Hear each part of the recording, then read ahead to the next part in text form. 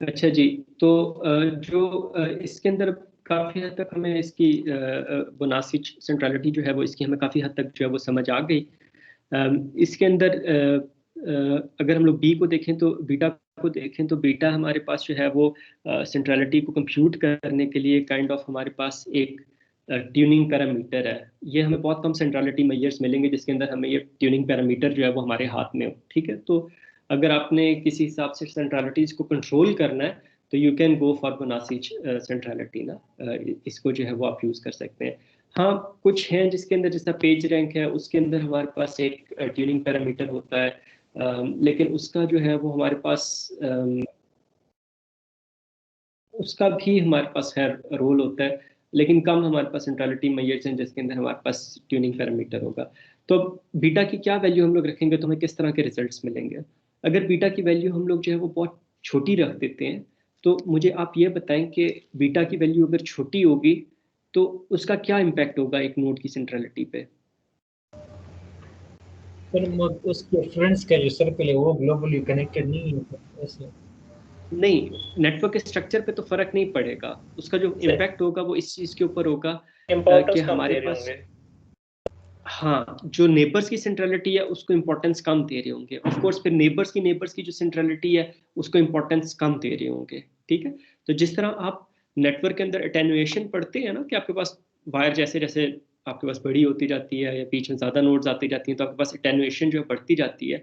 तो बीटा की वैल्यू जब आप छोटी रखेंगे तो इसका मतलब आपकी अटेन्युएशन बढ़ रही है। आप जो सिग्नल है उसको आप इतना स्ट्रांगली जो है वो दूसरे नोड्स की सेंट्रलिटीज को आप कंसिडर नहीं कर रहे। और जब आप बीटा की वैल्यू बड़ी रखेंगे तो इसका क्या मतलब होगा कि आप नेबर्स की सेंट्रलिटीज को इम्पोर्टेंस दे रहे हैं, नेबर्स की सेंट्रलिटीज को जो है वो आप इम्पोर्टेंस दे रहे हैं। तो इसका मतलब है कि आपके पास जो एक नोड से बहुत डिस्टेंट नोड्स हैं उनकी सेंट्रलिटीज को भी आप कंसिडर कर रहे हैं, उससे भी आप कोई ना कोई वेट जो है वो दे रहे हैं। ठीक है, अगर हम लोग बीटा को जीरो कर देते हैं तो फिर क्या होगा? अगर बीटा को हम लोग जीरो कर देते हैं तो फिर हमारे पास जो है वो बेसिकली आप नेबर की जो सेंट्रलिटी है उसे आप इंपॉर्टेंस दे ही नहीं रहे। ठीक है, तो अगर आप बीटा को जीरो करते हैं और अल्फा को वन करते हैं तो ये जो बनासिक सेंट्रलिटी है ये बेसिकली इन डिग्री सेंट्रलिटी बन जाएगा। इससे आपके पास इन डिग्री आ जाएगी। अगर आप इस फॉर्मूले पे थोड़ा सा गौर करें ना, इसको देखें सामने, सोचें कि इसके अंदर बीटा जीरो कर दिया अल्फा वन कर दिया तो क्या होगा, तो आपको ये चीज़ समझ आ जाएगी कि आपके पास ये जो सी आई है ये आपको क्या देना शुरू कर देगा, ये आपको इन डिग्री देना शुरू कर देगा।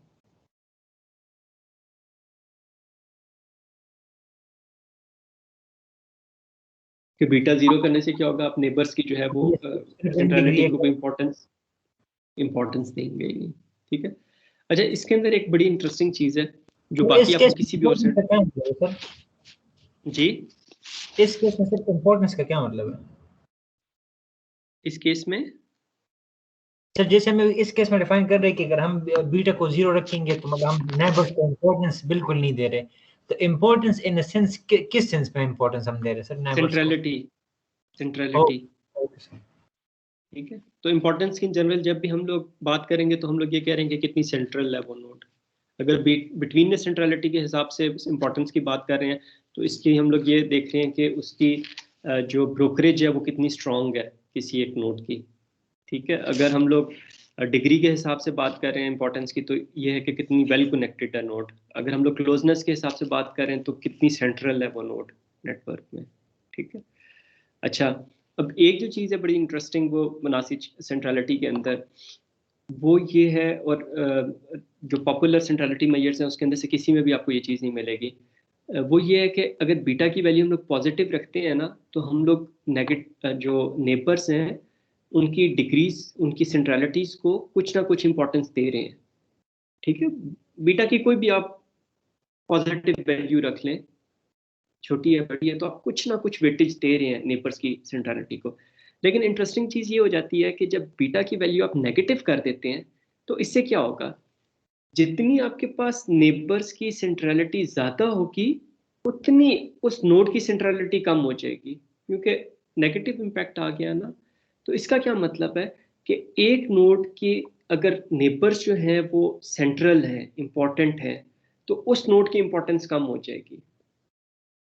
और अगर एक नोड के नेबर्स जो है वो इम्पोर्टेंट नहीं है तो उस नोड की इम्पोर्टेंस जो है वो हमारे पास ज़्यादा हो जाएगी। तो इसके अंदर हमारे पास जो है वो यूज़र के पास जो है वो बहुत ज़्यादा कंट्रोल होता है कि वो सेंट्रलिटीज़ को जो है वो किस तरह फाइन ट्यून करे। ये कंट्रोल जो है वो एट टाइम्स थोड़ा प्रॉब्लमेटिक भी हो जाता है, because at times it becomes difficult for us to fine tune the parameters. Alpha और बीटा को फाइन ट्यून करना जो है वो हमारे लिए प्रॉब्लमेटिक हो जाता है। ठीक है, तो एक जहाँ पे पावर आती है फिर वहाँ पे उसका ये भी होता है कि उसको सही तरीके से यूटिलाइज करना, सही वैल्यूज फाइंड करना at times it becomes difficult. तो ये इसकी एक एग्जांपल है बीटा पॉजिटिव और बीटा नेगेटिव की, कि अगर बीटा हम लोगों ने +0.25 लिया हुआ है तो आप ये देखें कि जो सबसे सेंटर में नोड है उसकी सेंट्रलिटी हमारे पास सबसे ज़्यादा है। ठीक है, और जो एजेस पे हमारे पास नोड्स हैं, जो लेस सेंट्रल नोड्स हैं, उनकी सेंट्रलिटी हमारे पास कम है। लेकिन जब हम लोग बीटा की वैल्यू जो है वो नेगेटिव ले लेते हैं तो फिर हमारे पास जो मोस्ट सेंट्रल जो नोड है उसकी सेंट्रलिटी हमारे पास कम हो जाती है। ठीक है, और फिर जो लेस सेंट्रल जो नोड्स हैं उनकी सेंट्रलिटी हमारे पास जो है वो ज़्यादा हो जाती है। ठीक है, अब इनकी सेंट्रलिटी हमारे पास क्योंकि ज़्यादा है तो इस वजह से शायद जो हमारे पास एजेस पे जो नोड्स हैं उनकी सेंट्रलिटी भी जो है हमारे पास कम हो जाती है। तो ये एक बड़ा एक इंटरेस्टिंग एक मैयर है और एक काइंड ऑफ एक यूनिक मैयर है जो हम लोग सेंट्रलिटीज फाइंड करने के लिए यूज़ कर सकते हैं। ठीक है जी, यहाँ तक कोई क्वेश्चन आप लोगों को?